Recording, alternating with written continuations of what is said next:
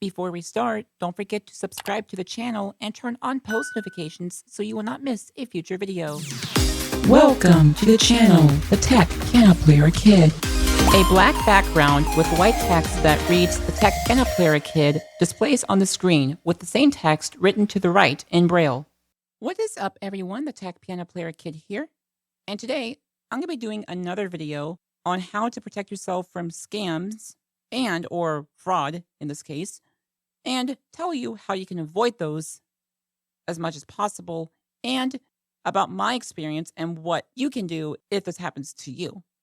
This is for a blind person and or a sighted person. Now, again, some people may take different precautions and actions, but this is what I did when this happened. All right, so let me start exactly what happened. So y'all know that I got the new MacBook Pro M2, 13 inches, 2022 model. If you didn't, well, now you know. Well, I wanted to sell my old one, the 2017 model, for $520. That's with shipping included. And I put it on Facebook Marketplace. When I did this, my dad helped me, put the pictures up there and everything like that. So everything was good to go. Surprisingly, I'd say no longer than 10, 15, or 20 minutes later, I get a request. So the first one I got, he said, I'm interested in this computer. I'm like, okay. So he seemed pretty cool with the price. I was like, all right. And he wanted to go with PayPal, which I was like, okay, that's fine with me. I didn't have any obligations, nothing against it, and I didn't think anything of it. So I tell him the PayPal information that he needs to send it to, and he sent the money. Or so he did say that. So I go to my email, through my PayPal email, and I check it, and I get this notification from PayPal. And here's what it says. And by the way, the voice is different. I'm using the princess voice. I'm kind of changing it between Alex and this and some other voices, so just bear with me with that.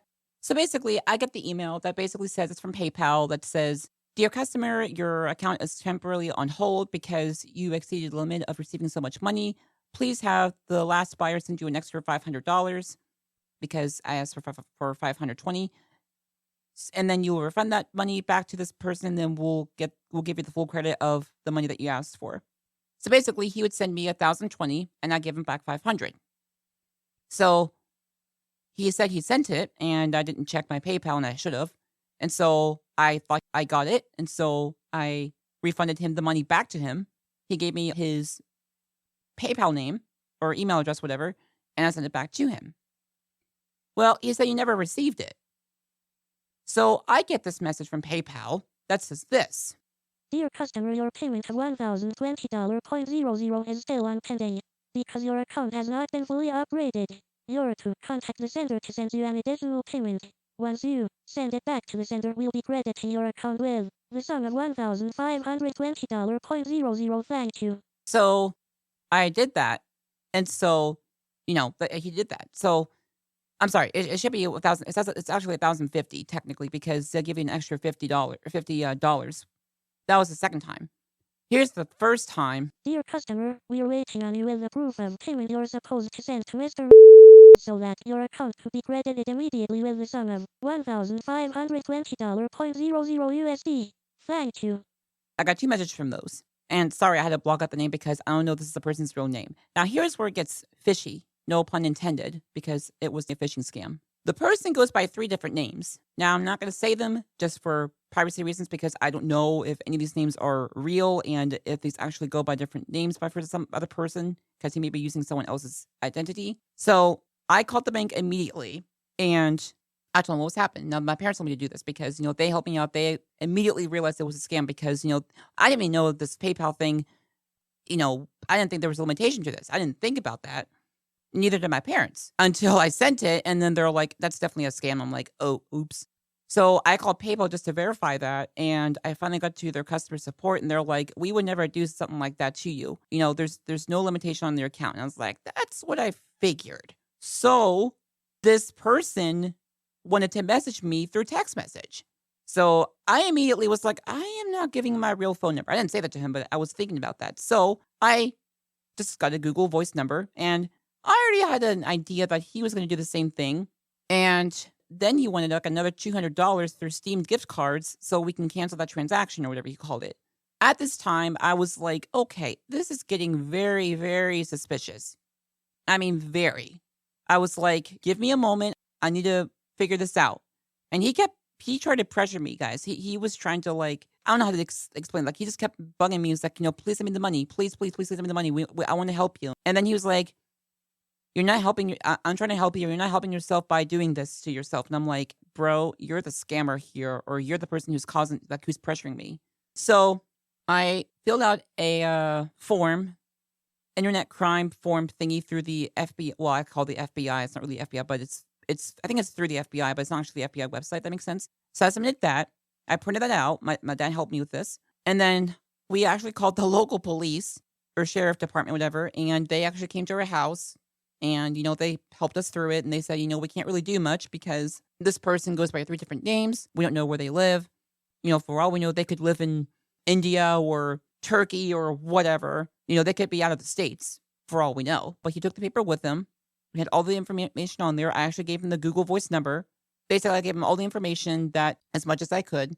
And yeah, now, will they probably ever catch him? Probably not.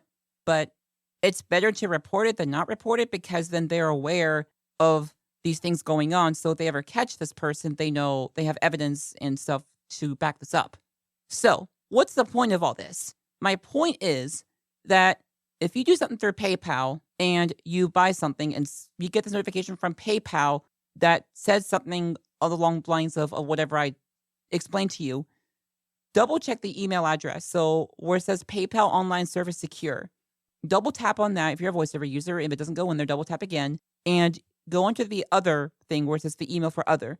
If it does not end in @paypal.com, it's a scam because PayPal does not use Gmail or AOL or stuff like this. The same thing happened through Zelle. I'm not going to go through the same thing, but it was the same concept. But the email address for Zelle customer service that they used or they try to use was very strange. And I looked at it. I'm like, that is not Zelle customer support. I'm sorry, dude, but you're not going to make me go over that.